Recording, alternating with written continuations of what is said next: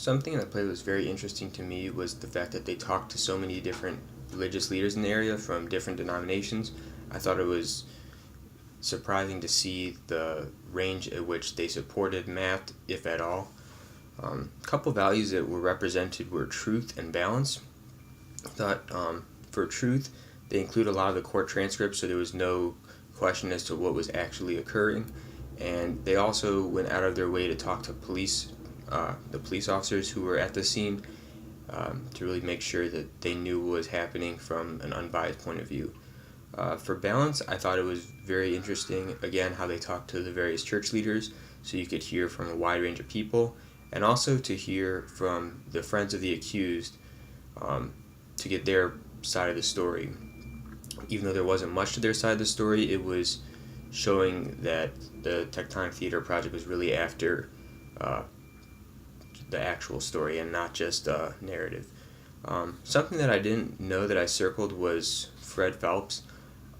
I was kind of surprised to hear a religious person, a Christian, saying how such hateful things. As a Christian, I'm told it's right to love all people, but I looked up Fred Phelps and I saw that he is the leader of a hate group, so it really did not surprise me where he was coming from anymore, and it kind of put that into context. I thought, as far as Laramie's depiction, I thought it was shown as every town in America. Nothing really sticking out about it, but really showing what's going on in these little towns. I think there was a difference between acceptance and tolerance. Everyone tolerated Michael up until the night he was killed, but no one really accepted him for who he was. And I think the Tectonic Theater Project wants us to rethink our idea and where we stand between acceptance and tolerance.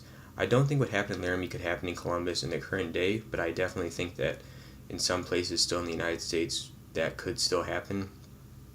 There have been a lot of steps forward for the LGBT community, and that's why I don't think it could happen in Columbus now, though. I thought for the episodic structure, it was very good because it allowed for an in-depth analysis of short periods like the parade that would not have made sense in a two-part play because it was kind of in between the trial and the event itself. I also thought it was neat because the play was able to relate two things happening at the same time, which was almost impossible to do in a two-part play because they are going on at the same time, but it helps to show various sides of the story. And I also thought the episodic theater structure was very good for when the members of the theater group were interviewing two people at the same time about events in the past, because it allowed some people to directly refute things that were happening when they heard that they were not true. My first question was, how much of the town do you think supported the decision for life in prison, and how much would have wished for less or more? It seemed like a lot of the jurors were okay with the death penalty, but it's hard to say.